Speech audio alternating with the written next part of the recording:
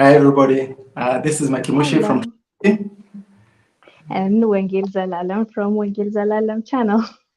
and welcome to the weekly Africa podcast news show where we just talk about all the happenings uh, that took place in Africa news-wise, and we just discuss, talk about it, and discuss and see how things went, and yeah, we go from there. So before we Yes. start, thank you for joining, Tunacheki, and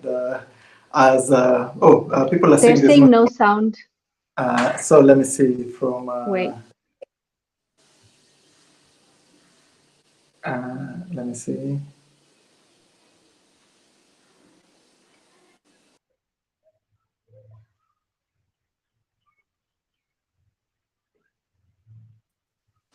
How about now? It's People fine are now. saying fine now. Okay. Perfect. Okay. Yeah, yeah, Okay. yeah. So as I was Yeah. saying, thank you for joining us.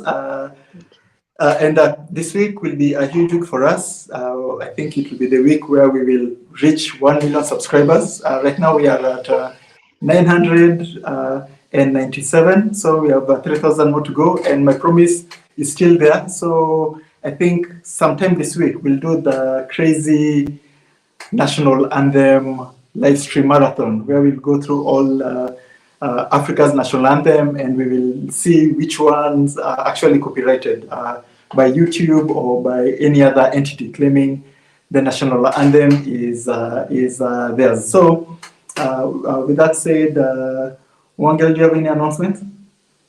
No, but subscribe so that we reach 1 million this week. Subscribe. And also like. Yes, yeah.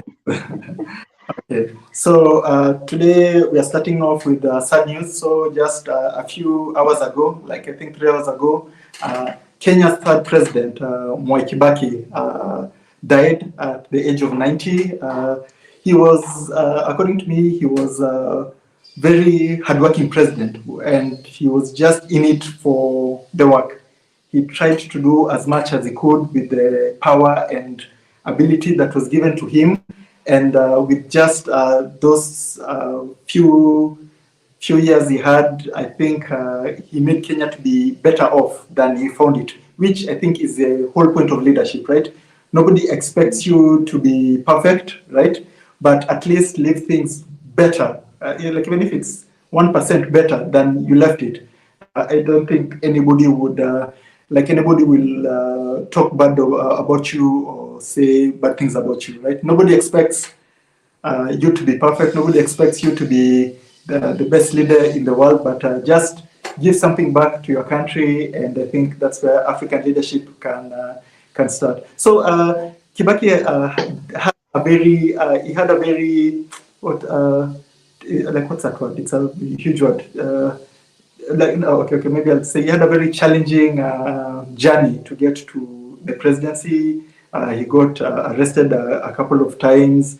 He got tortured, but he just braved through, became president, had an accident, had a stroke, but still continued on the work. So persistence, hard work, and he was an economist. So his policies were very future oriented. So he would make a policy now. People are like, these things won't help us now. We need bread and water. But right now, those people who are complaining are actually benefiting from some policies he did, like the free primary education, like subsidized healthcare. You know, there's some things he started that right now are actually helping Kenyans, right? Things are not perfect, but as I said, better off than he left it, right?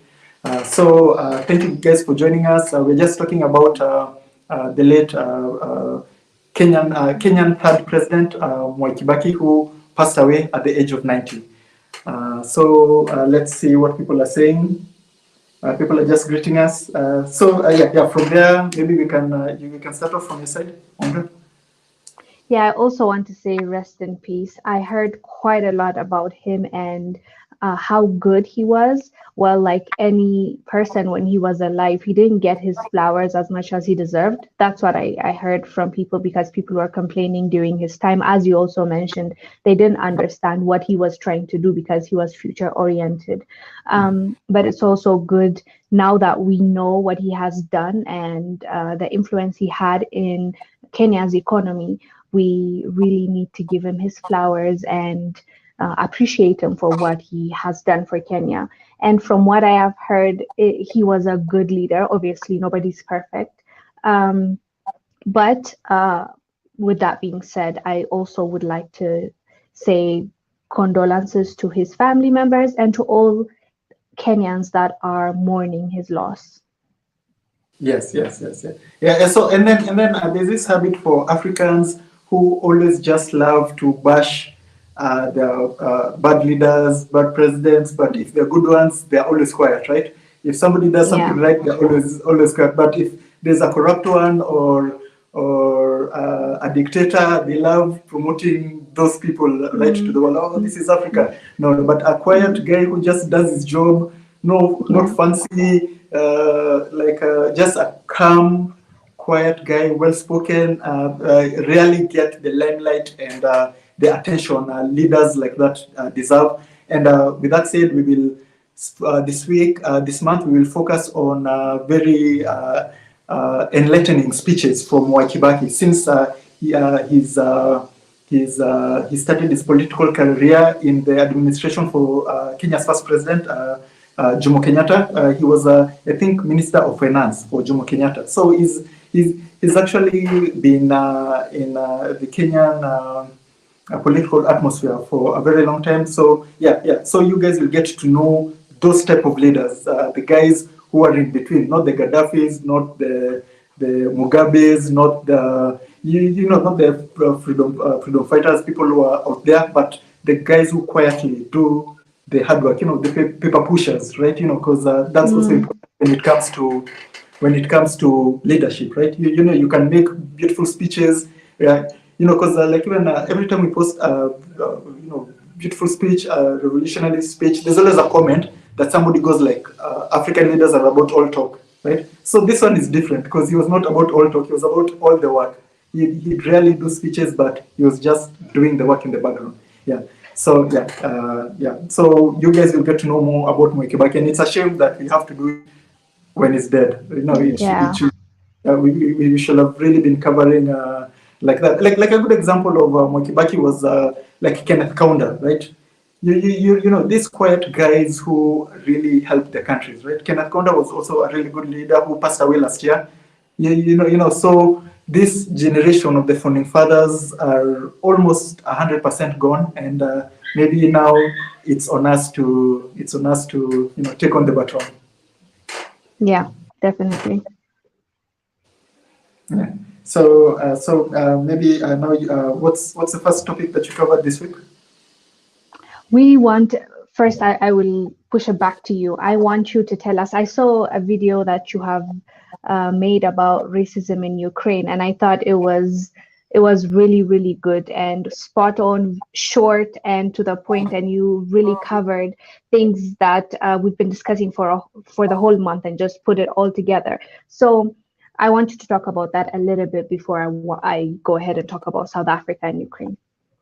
Yeah. So we usually have this show, Africa True Story, where we just do in-depth take on a current situation. So this one, we talked about how Africa reacted to the racism that they experienced in Ukraine, and we just did a 5-minute feature on exactly what happened, and and this is actually factual based. It was not an opinion piece. We just talked about how Africans escaping war in Ukraine were racially abused. Some, even in today's news, some Nigerians are just being released. Since the Ukraine war started a month ago, they're just being released from detention, right? While That's insane.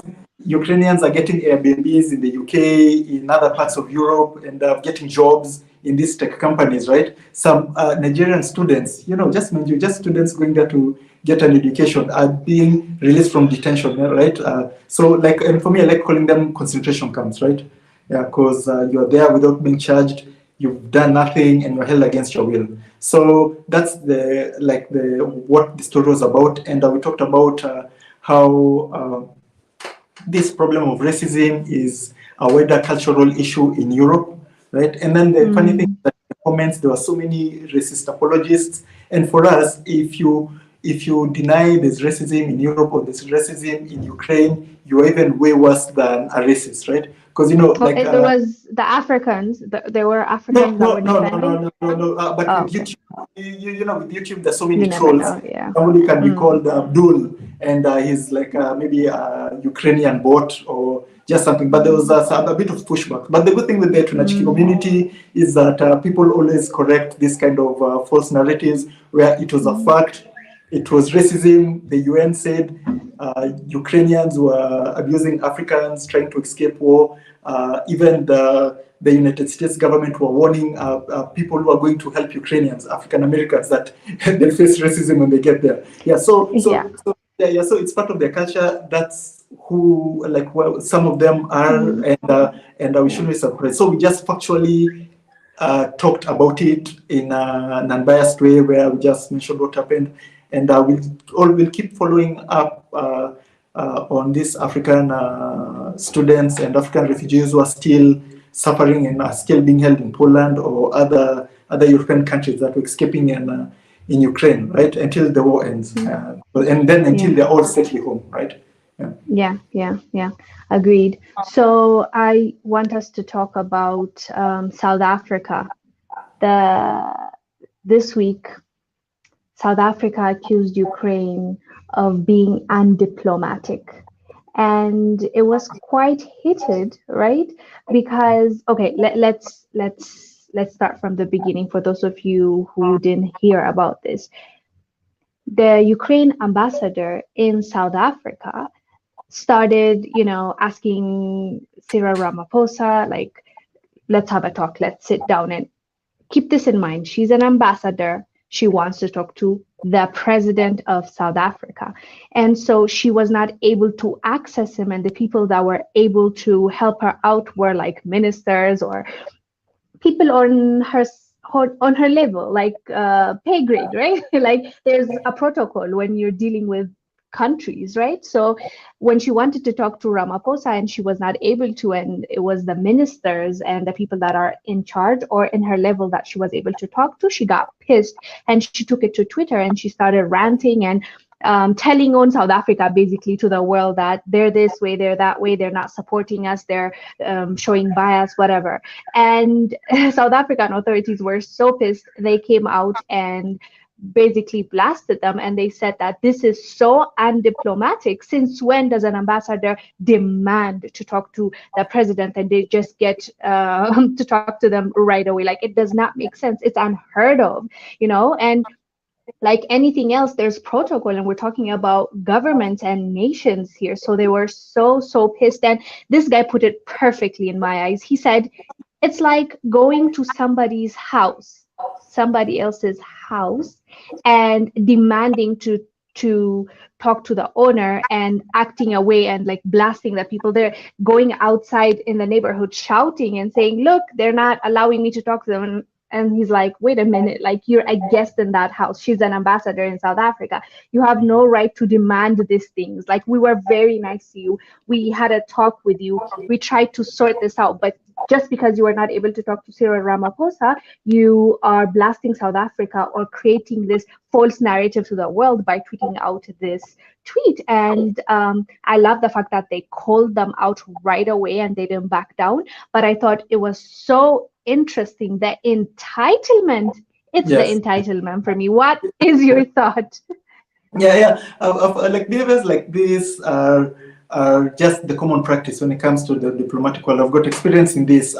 They're entitled, and they've learned that it's okay for them to bully African diplomats and to get away with this thing. So for them, it was just business as usual. These Africans are not listening to us. Like, what are they telling me? I'm white, I'm better than you. So it just stems to like behaviors and cultures like that. So it's normal behavior for those that there's some diplomats who are better at it, and they don't they're not that good, which is the whole point of being diplomatic, right? The whole point of being diplomatic is like calling somebody stupid without calling them stupid.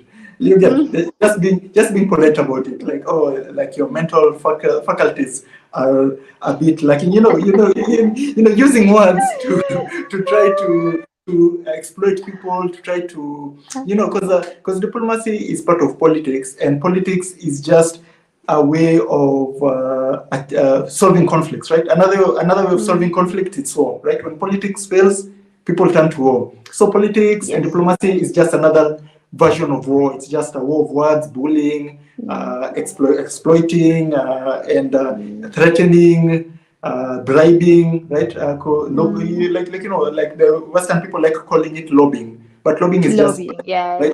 Yes, it is. In Africa, they accuse us of corruption, but over them they don't do corruption. They do lobbying, right? Lobbying is just corruption. There's no difference, right? Paying a politician for favors is corruption, right? Yeah, but things that always apply for Africans don't always apply for them, because as I keep saying, we are in a white supremacist world where if you're white, you are in control and you get to call the shots, right? So but I agree, but also I don't want people to use this as an excuse to just back down and let it go and just leave and go with the flow, right? Like the Chinese, they're a good example of how you can beat them in their own game, right? Like if we can see other countries that really did it well, so we can also achieve this by playing their games, but we can also, I think, strategically dismantle the system that they've created for themselves. Definitely, and I'm currently reading this economic book. I'm reading about how world powers are made, right, and the process of how world powers get surpassed, and how maybe in the future Africa can itself become a world power. So maybe I can just do a little summary about it. Maybe I'll take 2 minutes, right? So this is how it started, right? The first modern world power was the Dutch, the Netherlands, right?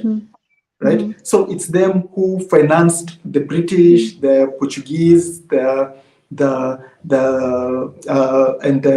Spanish to go colonize. Like it's only the Dutch who knew how to make ships that could cross. The money that was used those days was the krona. The krona was like the dollar of today, right? And they controlled the world, right? That's why there's this Dutch West Indies Company. They're the ones who funded slavery. They're the ones who started slavery, right? Right. So the peak of the Dutch Empire, they got so many territories. They got so much wealth. They stole so much wealth. But then, as everything, the curve, anything goes up must come down, right? Then the British took over, and we all know about how big the British Empire was, right? Where the pound was everything. It's called these companies that were they were controlling things, right? So the British took over for a while, then World War II, then the Americans took over, right? So right now, what that economist is saying, the same trend is happening to America right now, where America is going down, right? And this one is inevitable. There's nothing America can do about it, right? Like they're going down, and guess who's next? China. So now China, right? And you've seen this. People are wary about the dollar, right? Soon, in the next decade, right?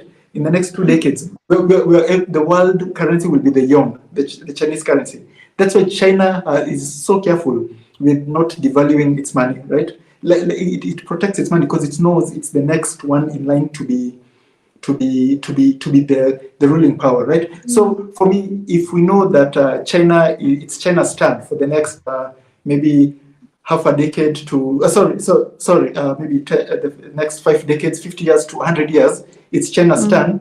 It should be on Africans that we know, okay, it's China's turn to be the world power, to be the number one world power, right? That should give us Africans enough time to replace China when it comes to the next turn. Because it's even a mathematical formula that there's no way our world power can stay on top of the pyramid for like more than 100 years. Something always happens: technology, culture, like a world war, disease. Something always happens to unseat it, right? So Africans should be next in line, right? It's not China's turn. We've got enough time to collect ourselves, become united, especially economically, right? You know, the fiscal border is usually just for it's called PR, right? But more economically, become united economically. Then after that, China's turn is over. China reaps all the rewards of being the world power. China controls majority of the world. Then it will come to our turn. We don't know if it will be a war that will make us to oversee this, or Africa's economic power that will oversee China, but it will just come time when it will be Africa's turn. And so let's do 10 to 20 years for China to completely take over United States, because right now China is the largest economy in the world, right? It's just like like you know, it has overtaken United States, but it's still like United States is still in the podium, right? It needs to push the United States off the podium, right? So the United States is gone. We give it another 50 to 100 years, and that's our chance to get our act together. And when China's turn is finished, Africa should be up there. So yeah, and now from there, once we're up there, we can now talk and see how what we'll get from our opportunity to be number one. Right? Awesome. So we would like you to tell us the book and the Yeah, yeah. author so that we can also get on board. You know, you can get smart on your own. I'll link it in the comments below, and I can share it on. Yes. It sounds interesting. Yeah. So okay. So that's how like that's how the world works, and Africa should be ready for its turn, right? Yeah. I'm into that. So for the next story, we'll go to Rwanda, right?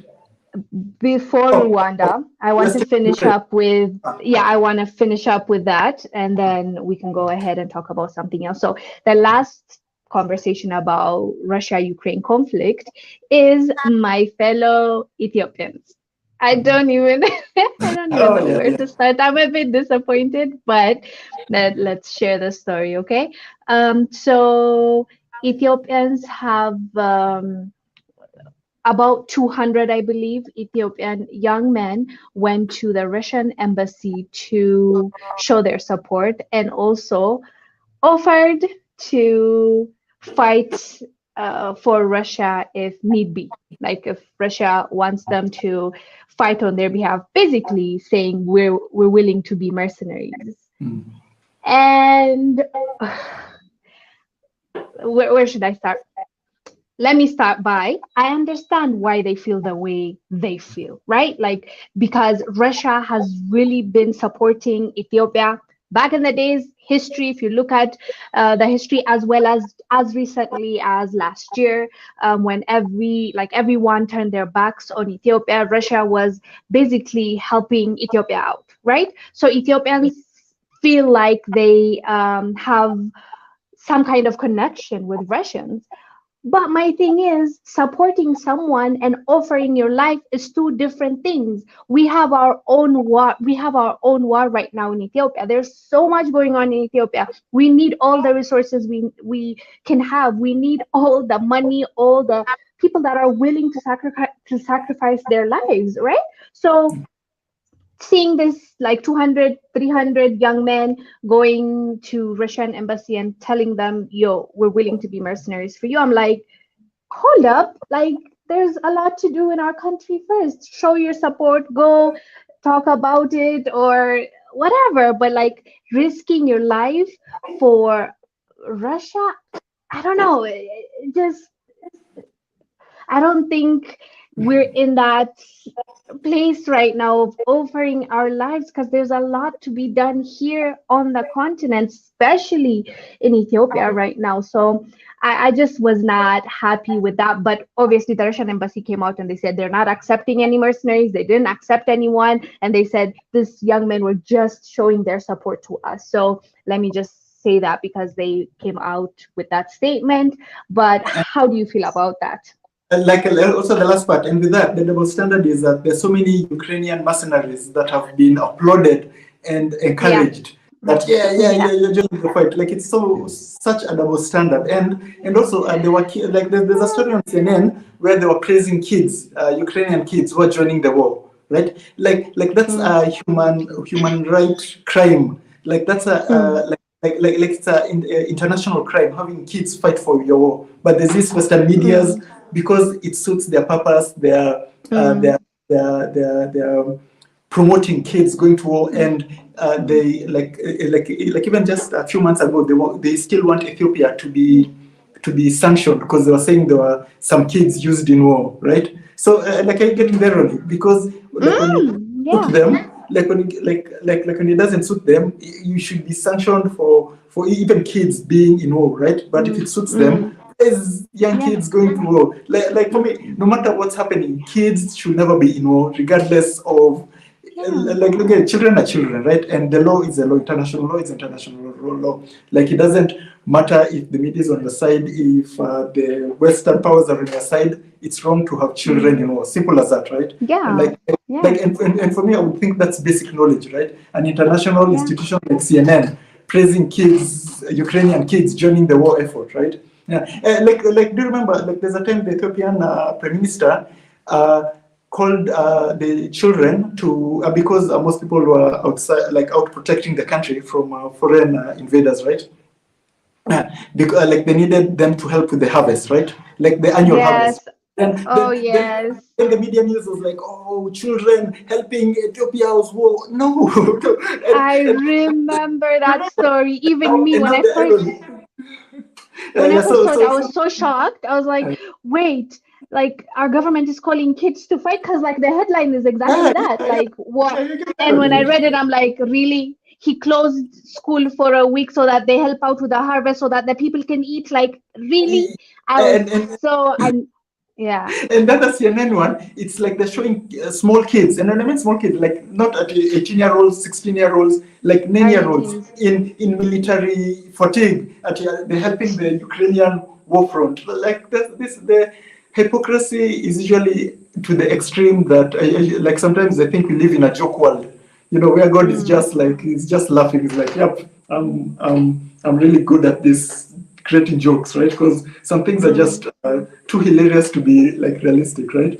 Yeah, but unfortunately, they are influencing many people. Whether you and I see the hypocrisy and the double standards, there are so many people that look at this and they're like, oh my God, look at these savages. Ethiopians are hiring kids when in reality, there's nobody that sent them to war. Nobody was asking them to do that. Like they were helping literally to harvest.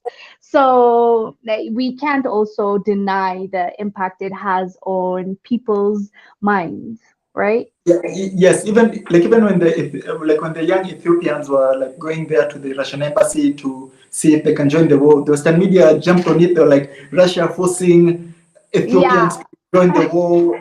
Like believe me, the media these days, it's such a poisonous pill that like it's just read only, like just take everything you read online with a grain of salt, right? Just never blindly believe whatever somebody says, right? Do your own research. Like the internet is a basic right these days. You should go online, research things for yourself. That I would encourage much.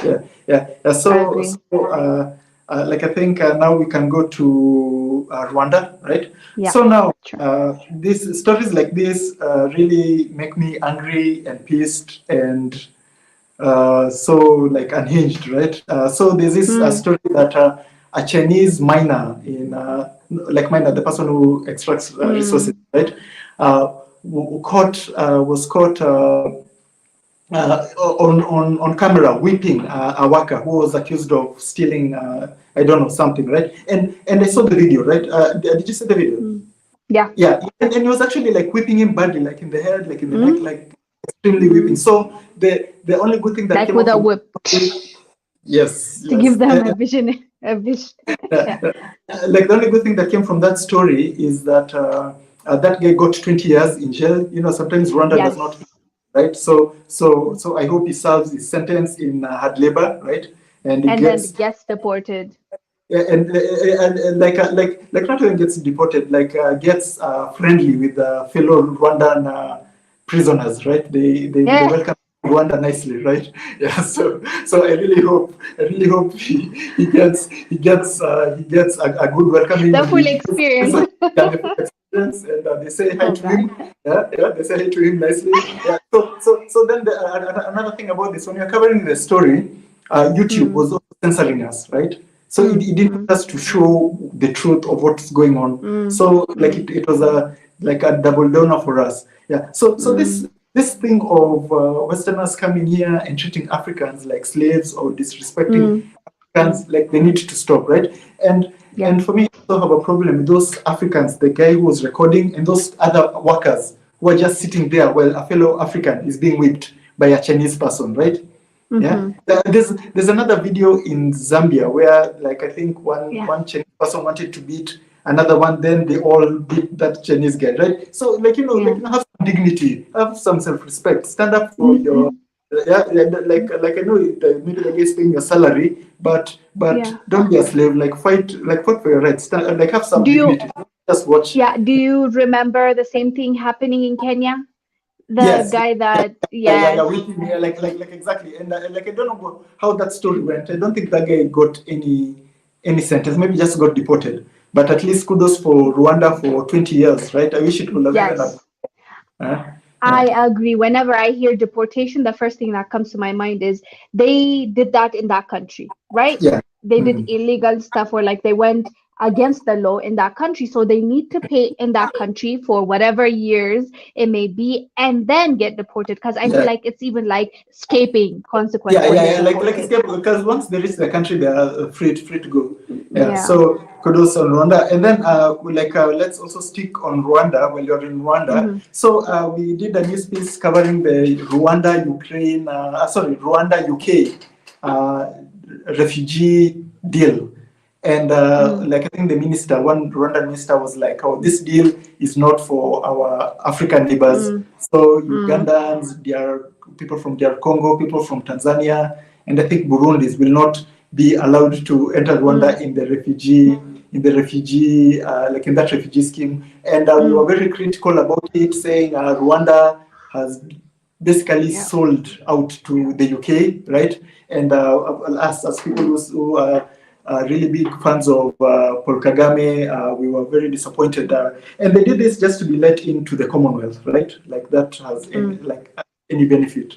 I'm sure some financial benefits, but still, right? So yeah. so so things like that pissed us off. And something about this deal, Kenya rejected it, right? Kenya was given the same deal, Yes, but they yes, and they yes. rejected it. We are like, no, we've got some self-respect. We respect our fellow Africans. Rwanda took the deal. I don't know what's going on. Maybe I'm just hoping it's a one-time mistake and things are not changing for the worse in Rwanda, because Rwanda has been a shining light in Africa. I Yes, really hope definitely. they don't start selling out now, after all the Yeah. things they've been through, right? Yeah. Yeah, yeah, and Kagame is seen as that, Pan-African who's really like who doesn't take BS from anybody, whatever your color, the color of your skin is. He speaks with such authority and just the self-respect he has for himself. A lot of people admire him, so I think it's good to continue and be a good leader to those who look up to you. Yeah, yes, definitely. Yeah, So I think I'm done with Rwanda, and yeah. I'm praying the after the backlash they've gotten across the Mm, Pan-Africanist networks. I really hope mm. they cancel that deal out. I'm still hoping they cancel that deal out, right? Yeah, but I hope so too. it's still not yet being implemented. So yeah, we can only hope, right? Yeah, yeah, Yeah, because yeah. That's totally good. one thing, Kagame is smart.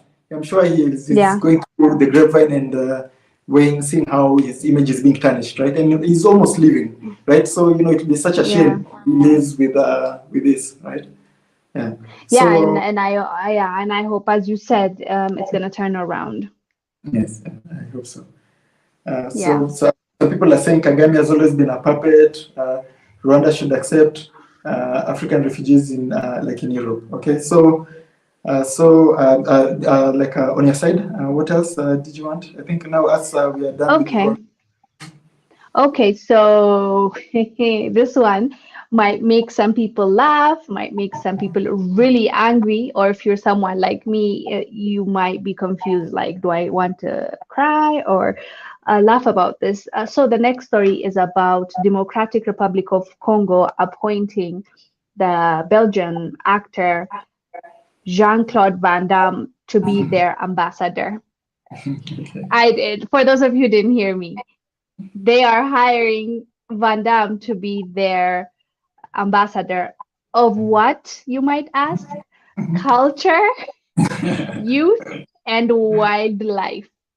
What? So, okay, oh my God. So I was like, wait, what? First of all, in his speech, he said that he was born in Democratic Republic of Congo and he feels the connection. I literally Googled and he was born in Belgium and his Mhm. parents are Belgian and he lived the rest of his life in the US. What can he possibly bring to the table? Usually, when countries hire ambassadors, it is to promote their tourism or like for those people's fan base to come to their country, or it's like marketing. Okay. So Van Damme is an older man in his 60s. Probably the new generation Gen Zs don't even know about him, right? So who is he promoting to? Secondly, a Belgian older person, how can he even relate with the youth? How can he represent tourism, culture, wildlife? I was like so angry and confused at the same time. And I was like, President Felix, what's up? Like, did you used to have like a fantasy about meeting Van Damme when you were younger? Like, are you trying I to think, fulfill like that? I think when he was so young, he had the karate thing and he was watching his Yeah. movies. I think that's the only explanation. And it's like, now I'm president, I can make my dreams come true, right? So that should be the only explanation, you know. Seriously, So, seriously, Michael. That's why, like, even let's say a random person, Justin Bieber, is even a better candidate because if you're saying I'm trying to market DRC, he has a following, he has millions of people yeah. that really care about what he's saying. Who cares about what Van Damme is saying? He's So, irrelevant, and he's not to so mention Belgian, Belgian, Belgian, and DRC. Does it? so like What comes to your mind? like a good thing is sometimes PR is marketing, right? And when a good example, when Rwanda chose Arsenal to sponsor their wildlife, that made sense because there are so many Africans who support and follow Arsenal, right? So the marketing, the eyes, the money is there, right? Like it was a good business decision, right? And you mentioned Van Damme is so irrelevant, and technically, if you don't know, Van Damme is like a wife beater. Is a very violent man, right? I didn't even know that, by the way. Yeah. Like he doesn't have any like as you say, like for like culture or something. Like he doesn't have anything good to offer like for Africa, right? And Belgium, like anything to do with Belgium and the DR Congo, I burn it with fire, right? Yeah. Is this a I joke? don't want They any didn't even relationship. apologize for what Yes. Leopold has done to them. Like, are you insane? In Yeah. which world do you want to hire a Belgian to be your ambassador? Like, how does Yeah. that make sense to you? I don't know. Like I don't know this week what was in the water with these African presidents because they've just been making stupid decisions after stupid decisions. So yeah. So like my take on that is that there's this it's called Hollywoodness, right? Where like Mm, being a celebrity means something where people want to be like like Will Smith. You like exporting that kind of celebrity, like being famous is an achievement or something mm, to want, right? Like money, mm, fame, kind of like that. They're really right, like especially recently, they're really exporting that to Africa so much, right? mm, Like they want mm, Africans to worship their celebrities. They want Africans to mm. be like the celebrities, right? Yeah. So with that said, I guess this is just another push for that. Like let's worship Van Damme. You remember him back in the 1990s? where he was doing splits. That's what Africa needs right now. So yeah. So like as I said, I don't know why Africans are making really stupid decisions. African presidents are making really stupid decisions this week. Yeah. So maybe I don't know. It's I don't know. Maybe there's something in the water. But yeah. But that one is extremely extremely really shocked. So, Entertaining in a shocking way. yes, yes. I mean, Laughable. Yeah, you can yes, say. yeah, but also really like, it shows how how far along we still have to go, right? You know, Yeah, especially in yeah, these yeah, francophone countries, yeah. You know, them yeah. Countries like Nigeria, Kenya, you know, South Africa, we are a bit on the assertive side when it comes to protecting, you know, like our culture and our dignity. But francophone countries mostly given to what France or Belgium like us Why to do say. you think that is though? There must be a reason. Like there Because must be a reason why they feel hopeless. their type of colonization, they were tricked into thinking they are French or Belgium. You know, so they actually think they're French or Belgium, or they respect more of the French or Belgium culture than they respect more of their African culture. So that's the problem. How they were colonized, right? You know, as it was by force, right?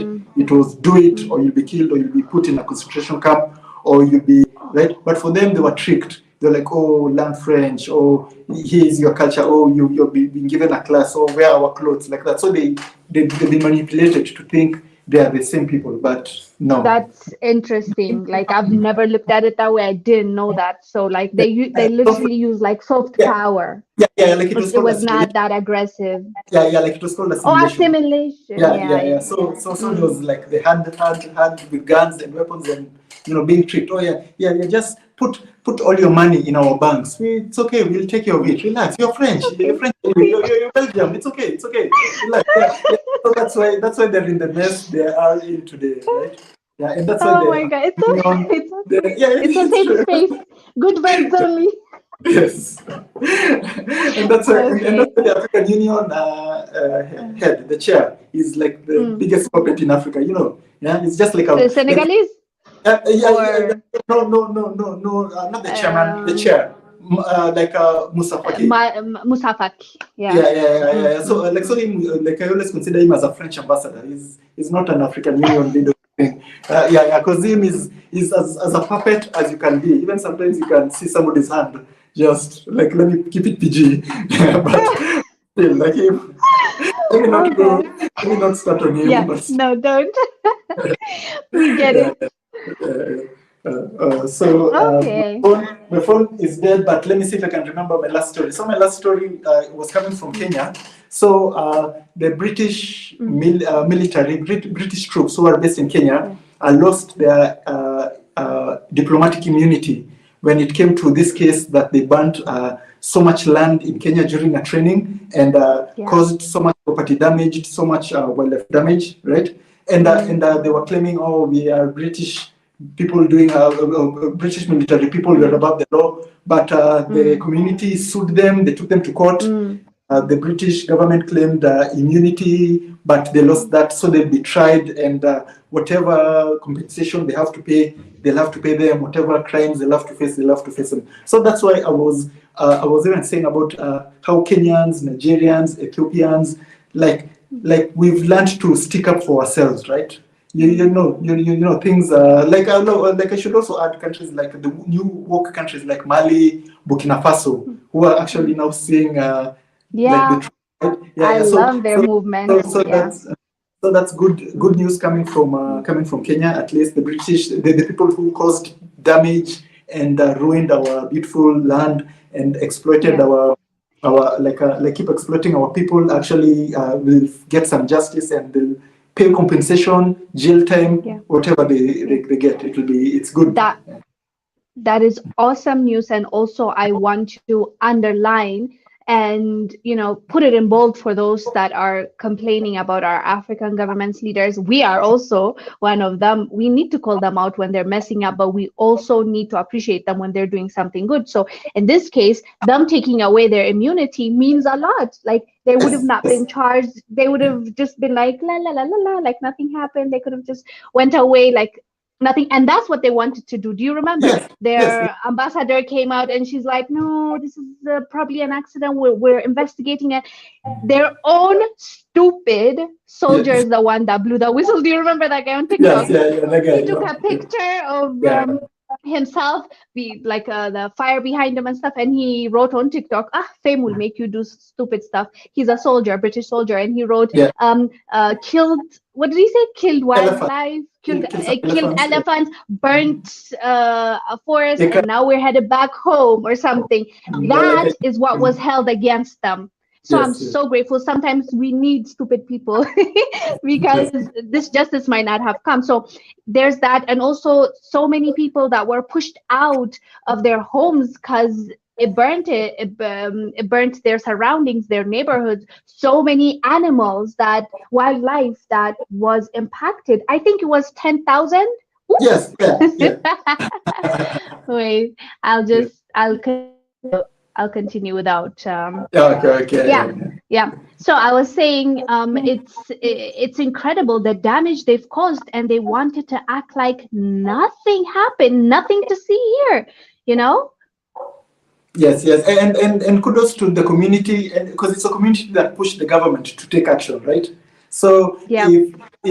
if something like that happens to you and you're all quiet and being a victim, oh, we're a victim, we can't do anything, the government can't help us. No, no, the community was like, no, this cannot happen. They pushed, they took the court to case, like they took the case to court, forced the government to take action. And that's why, like as you said, we can't just be the victims and hope the government will take care of our problems, right? Like we're part of, like we're part of the solution. So they got what they want because they fought back, right? So if you're complacent and you things still, you see things still happen, like the Van Damme thing, right? If you're telling me if people from DR Congo, they go and protest it, will check it, we still keep that guy? No, he'll remove. So it's up to the people to tell the government what they feel, and we always encourage that, right?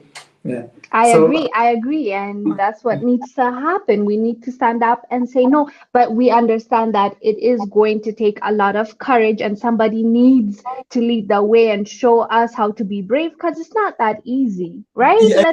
Let's be fair. But once like Mali takes a step forward, Burkina Faso follows, right? And Ethiopia moves forward. Another country like Sudan moves forward. So it's a good ripple effect to have. Also, a quick one on that. Somebody has said, stop big game hunting on the continent. So something also happened this week. Game hunting as in the animals. The elephants and the lions, the big five, right? Yeah. So this week, the president of Tanzania was in America, right? And she got many concessions. They did meetings with Kamala Harris and all that. But slowly, Tanzania has been, how can I say it, maybe going backwards, because recently they started allowing people to do the big game hunting. They started allowing white people to come and kill the animals for certain money. So slowly, like I think the new president, Sahulu, she is undoing everything what Magufuli has done. Yeah. So she's gone back to the Western community. She's adhering to them, press conferences. Like Magufuli couldn't be caught dead in the United States or in Europe, right? Yeah. So unfortunately, like I feel this also is a problem where you can have a leader who like does so much, then it just takes one person to undo it, right? So like I don't know, it's still early in a time, like people have not yet voted for her, right? Yeah. Like she just took power, so maybe because he died. She will know what Tanzanians really think about her in the upcoming elections, because now they'll see her actions. If they're happy with it, okay, give another term. If they think she's not keeping the promise of Burkina Faso, if they think they're not keeping the spirit of sorry, if they think they're not keeping the spirit of Magufuli and the spirit of what he was building, they should remove her. So that's another just a side. Yeah, Side. and I wonder. I feel you, and I've heard that from a lot of people. But like, she was the successor, right? Magufuli knew of her. She was the deputy when he was alive, right? So my question to you is, if he was not that confident in her, how come he kept her? So it raises the question, no? Or is there any other? So maybe sometimes like politics is a game. Sometimes a game of convenience, right? Maybe he kept her because she's just good at her job, right? She's an economist, right? She's a financial economist. Maybe she's just really good at economics, right? And Magufuli was like, you're an asset. You are actually helping the country, right? So maybe you hire somebody for their skills, right? But maybe what she was not like a leader. Leadership skills is different, right? Maybe she can easily be manipulated or bribed. I'm not saying that's her character, but I'm saying maybe Magufuli had her because she was just really good at her job, which she was. She's a very accomplished economist and knows what she's doing when it comes to running big projects, right? So maybe that's the reason why he kept her. Yeah, somebody said something interesting. I believe it's Tanzan. They said even Sankara trusted Compaore, and that's a good statement. Yeah. And Lumumba trusted Mobutu. It's always like that. And these Western countries, they know how to make a brother or a sister betray another brother or a sister, right? They know they know how to use a weakness to take down something unbreakable. Yeah. So let's just hope the next election. Let's hope that she's just, maybe she's more diplomatic than Magufuli. Let's give her the benefit of the doubt, because it has not been a long time. So maybe she's trying to play, she's a woman, and we tend to have some wisdom, right? So maybe she's trying to be haha in their face and really get the job done. Let's hope that's the case. Or maybe she just doesn't want to be killed and she likes being alive, alive. Exactly. You never know. She's like, exactly. Maybe she likes this guy caused problems and is no longer alive. Maybe I don't want to go. I've got grandchildren, right? Exactly. You never know this things, right? Allegedly. Allegedly. Reportedly. Reportedly. Yeah. So maybe as you said, she's a woman. She's smart. Men tend to be more, doing dumb stuff. Yeah. So even if if you do this, something bad will happen. You're like, what are the chances, right? But a woman is more like, let's think. Let me think about this, right? Yeah. So. What's the next story I said? Okay. Next story is about white man going around town. Yeah. So I'll give you. So we're still doing research on this guy, but there's this guy with a TikTok page. Maybe guys in the chat, you can tell me if you've seen his videos. I think he works more in Kenya, East Africa, I think Tanzania or Uganda, right? There's this white guy, I think he's white or Chinese, I don't know, but he's just foreign, right? He has a fake plastic phone and he puts his hand outside the car. Then he has a secret camera and he records people. Trying to steal the phone. Then he goes and confronts them, causes a commotion. Then records it, puts it on YouTube, gets revenue from that, right? So us, we really have a huge problem about people doing that. First of all, how can you go to one of the poorest area in the city, right? Tempt somebody, maybe that person has not eaten the whole day, right? Unemployed. Tempt somebody with a phone, right? Yeah, why can't you go to Westlands or somewhere like area and do that, right? Why go to the vulnerable and tempt them to exploit them to make your video and be popular on social media, right? Yeah. So and then it's kind of representing that's Africa, that's Kenya, right? Things like if you put your phone over there, it will be stolen, right? And second, it's whatever he's doing is called being a vigilantism, which is illegal in Kenya. You're not allowed to take the law into your own hands. That's why we have police, right? That's why we pay taxes for police, right? So he's doing something wrong, right? Legally, he's doing something wrong in the country. Second, he's exploiting like poor, vulnerable people, right? Even if that person is stealing, that person is not stealing for fun, right? Nobody steals for fun. He's stealing to survive, right? Yeah. If he wants to help them, he can help them in another way, right? Yeah. So then third is making revenue out of people's misery, right?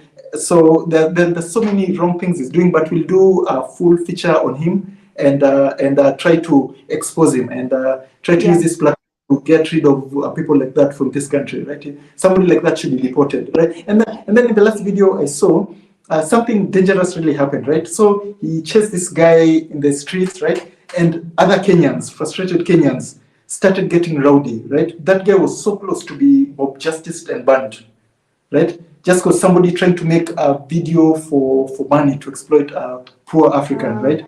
So you see, like whatever he's doing is so dangerous, it's so illegal, and it's so exploitative. And I'll really focus in the couple of the next month to fully expose stupid behaviors like this, get that guy out of this country, and we move on from there, right? Yeah. So that's I cannot wait. I cannot wait to watch the documentary you're going to do on him. And you're so right. He's instigating this. Like he's going looking for trouble in the neighborhoods that you talked about. Like why didn't he pick Westlands? Why didn't he pick Karen? Why is he not going to Runda and doing that? No one is checking for his plastic phone. But people in those. Somebody has found him. His channel is called African Avengers. Yeah. Good. Thank you. And he does it all over Africa. So thank you, Jerry Larry. Thank you, Jerry. Get this guy. We'll really get this guy like out of Africa. You should, and what he's doing is not right, and you are right. Like they're stealing everywhere in the world, and for him to capitalize on those people, and he is a predator. He's going after these people, knowing what they will do because of their situation and exploiting them. So I'm so happy you're actually going to do this. They have given you his profile. Go ahead and do your thing. Investigate. So let me see if I can put his channel on the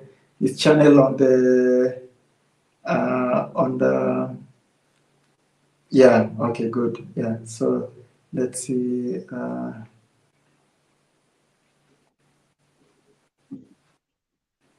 Let's see. Let me just give me a few minutes. What are you trying to do? I'm trying to share the channel on the screen so that I see the homegirl healer. That's and we should really be doing this sometimes, showing. I agree. Yeah. So this is the stuff he does.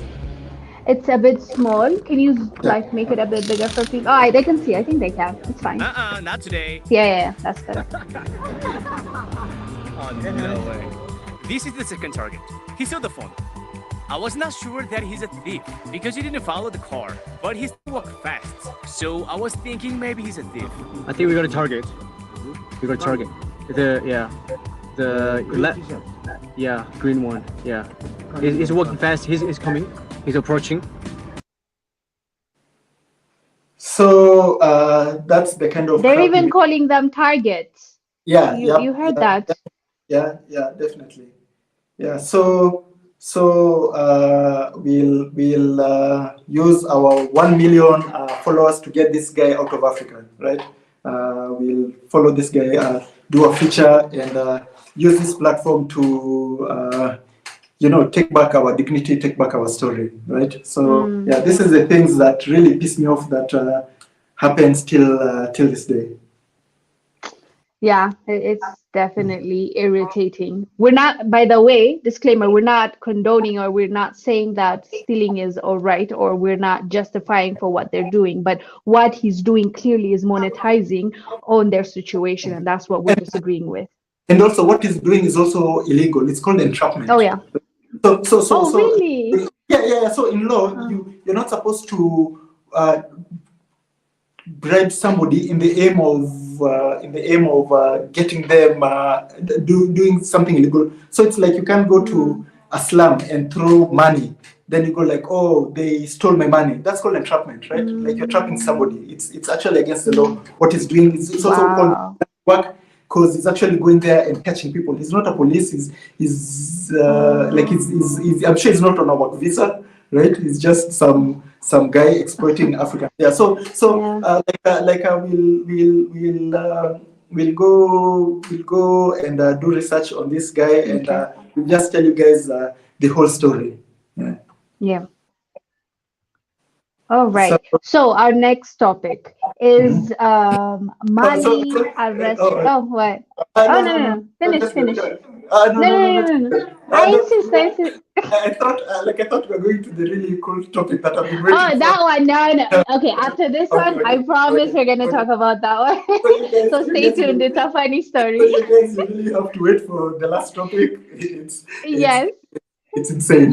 So yes, it is. I look forward to getting to that. So this story that we're talking about right now is about Mali arresting 3 European people for terrorism. So they said, the military said, like this is behind the jihadist attack that has been going on, and during their investigation the Mali military arrested a few people. So between when they were arresting these people, they found 3 people that don't belong there, that are not locals, and they happen to be Europeans.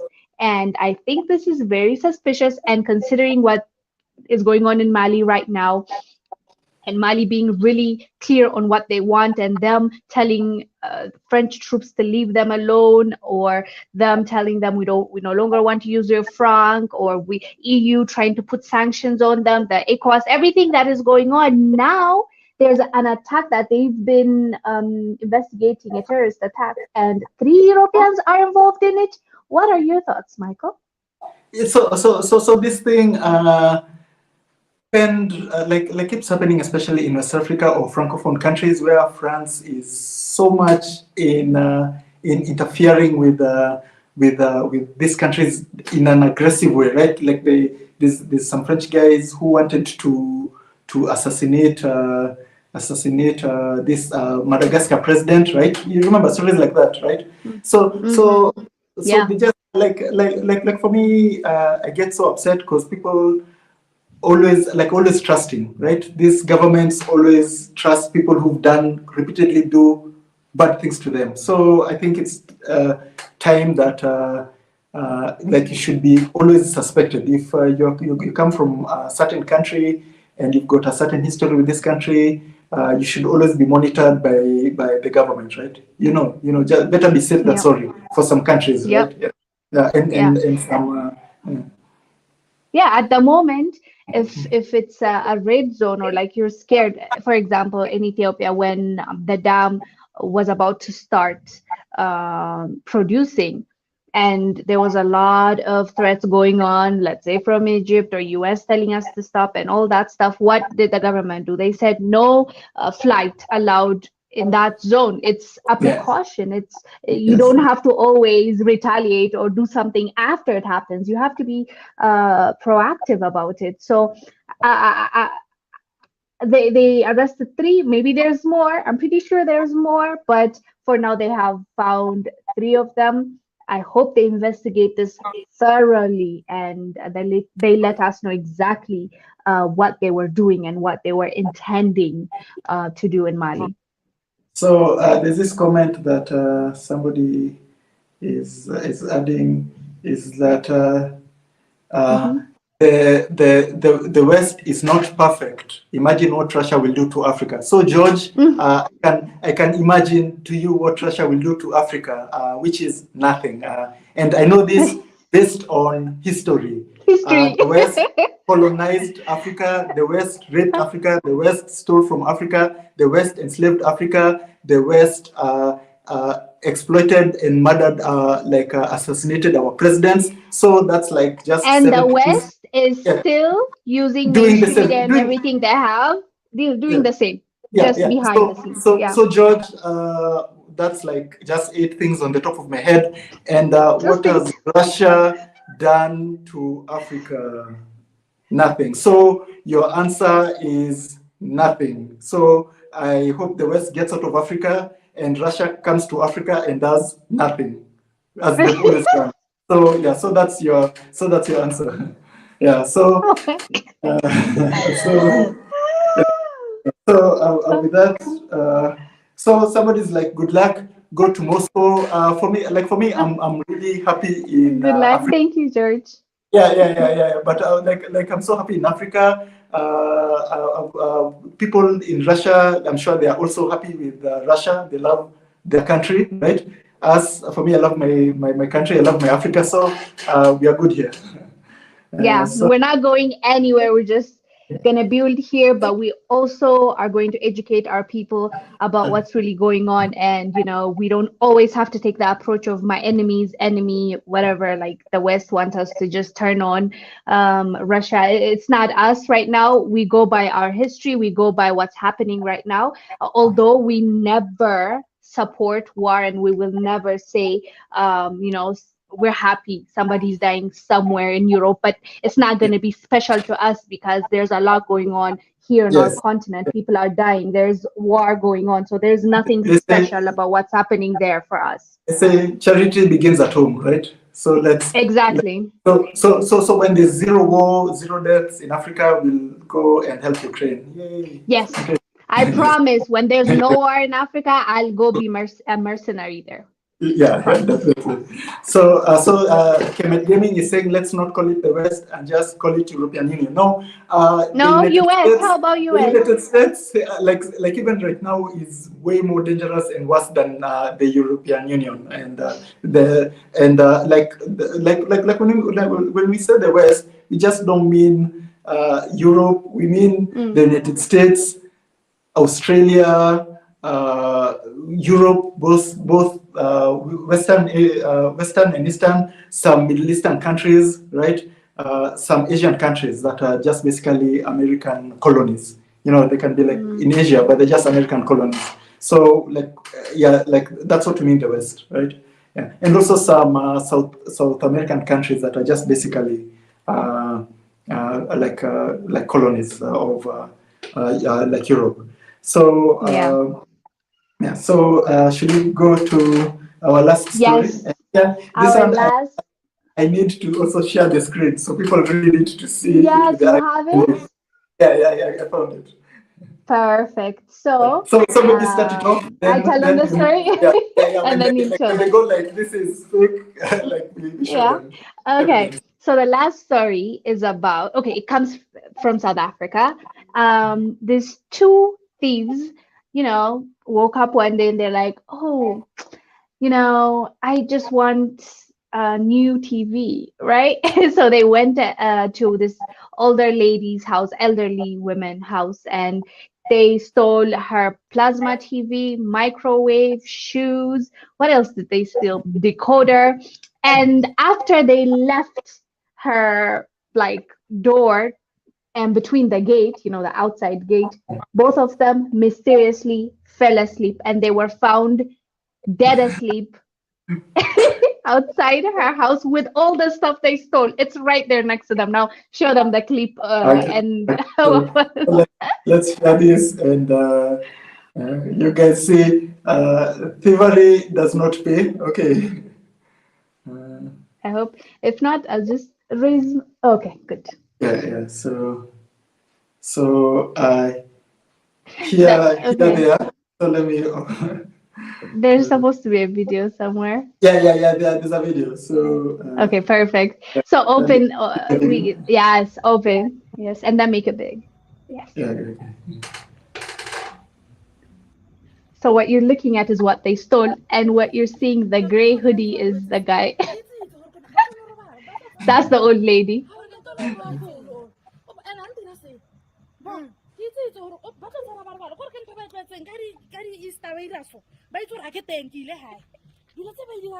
Look at them. You see that? He's dead Yes, asleep. yes. Even that one. Yeah.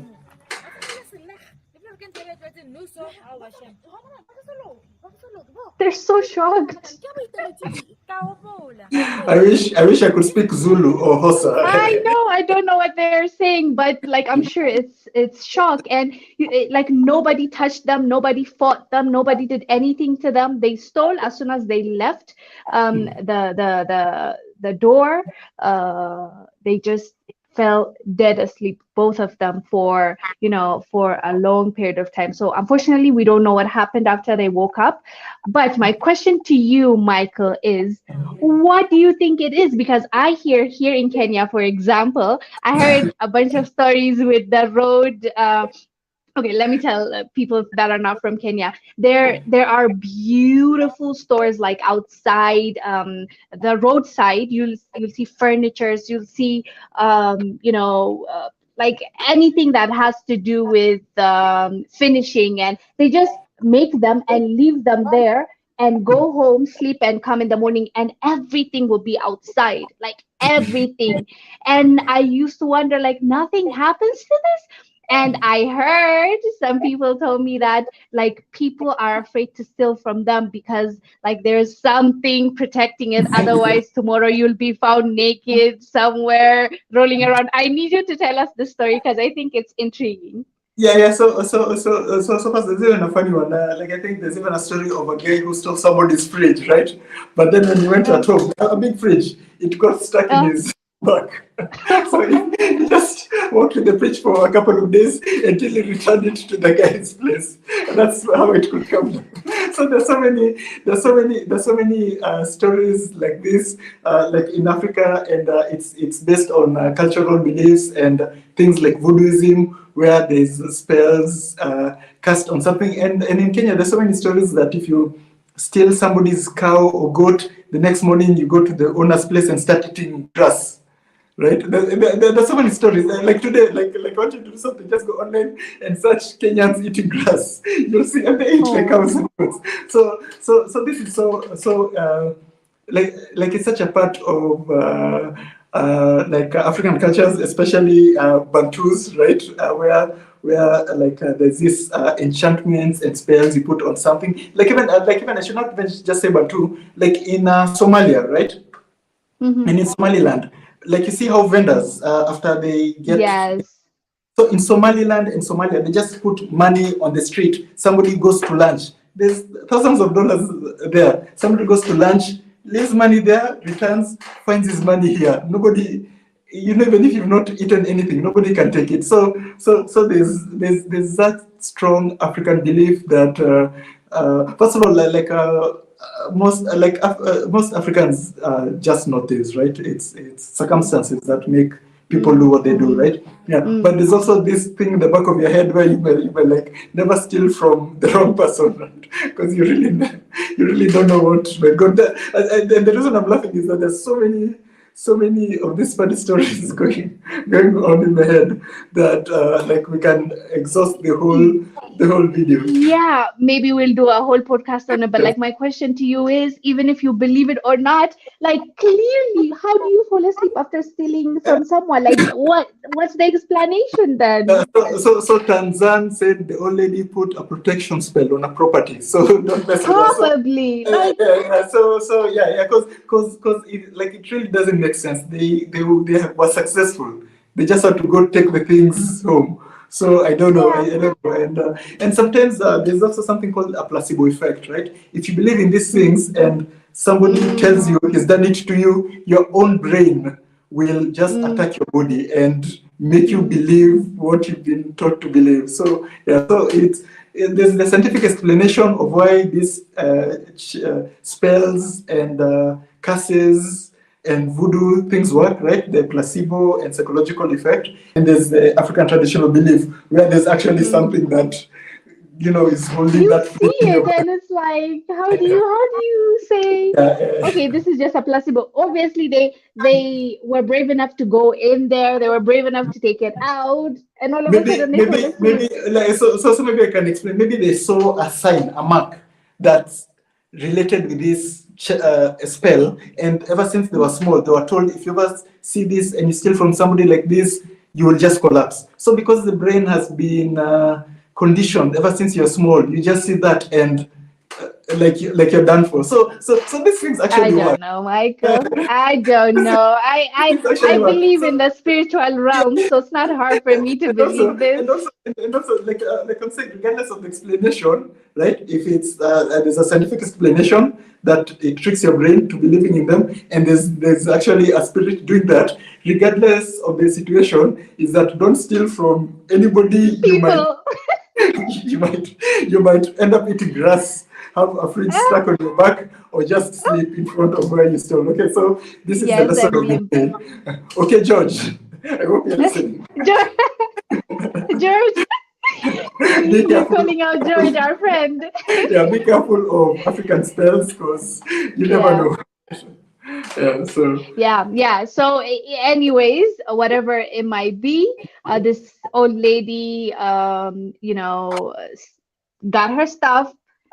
It was not taken away. Good for her, and hope the thieves learned from their lesson and they never do yes, this yes, ever yeah. again. And the good That's thing the is that moral of the story. yes, like and the good thing is that things like this get handled nicely by the community. Those guys return True. the things; they never repeat it again. So yeah. So that's how Africans used to handle our these situations, right? Grievances. Yeah. So just the community takes care of everything. Like no harm, Yeah. no fault. People learn a lesson, they Yeah. become people, right? Yeah. Yeah. So Yeah. like I think, do you have any other story of Nope. a We goat driving a have. car down the road to report a case to the police? Yeah, no, we've covered everything, and I think we touched on everything. Yeah, we're done for today. Yeah. Okay. So people are still Oh, sharing their interesting. stories. Yeah. So, with that said, thank you guys for joining. And remember, this week we'll do our crazy 1 million subscriber national anthem live stream marathon, where you'll get to know who actually owns your national anthem, right? Do you think it's your own country or some foreign company or even YouTube? You never know these things, or Spotify or iTunes, right? Yeah. So thank you guys for joining as always. Remember to go to Wangel's channel and support her. Wangel, like what's your short-term goal for your channel so that so that people can help you reach it quickly? Reach 50,000 subscribers. Yes, we should start a campaign. Let's get Wongel to 50,000, right? Before when? When should this be done? Oh man, I don't know. 2 months. That's a bit ambitious. That's a bit ambitious because yes. I'm 25,000. Okay. No, no, Yeah. no, no, no, no, no. It can happen because I remember going from 3,000 to 70,000 in less than a month. So it can definitely, Oh, yeah. wow. So it just depends with you people. Please show us the same amount of support that you showed us till we are almost 1 million subscribers. And yeah, let's help get to 50,000 subscribers. Okay. Yes. Oh, Jerry, thank you. 100K should be your goal. It will be, but I'm a bit realistic. No. But it will be. Yeah. If you put it up there, people will make it happen, right? Okay. Thank you. Thank you for the shout out. Yeah. So everybody, thank you for joining us. We'll see you guys next Friday, and rest in peace to Mwai Kibaki, and condolences to his family, friends, and the whole country. Yeah. Yes. Bye bye, Stay guys. blessed, fam. Bye.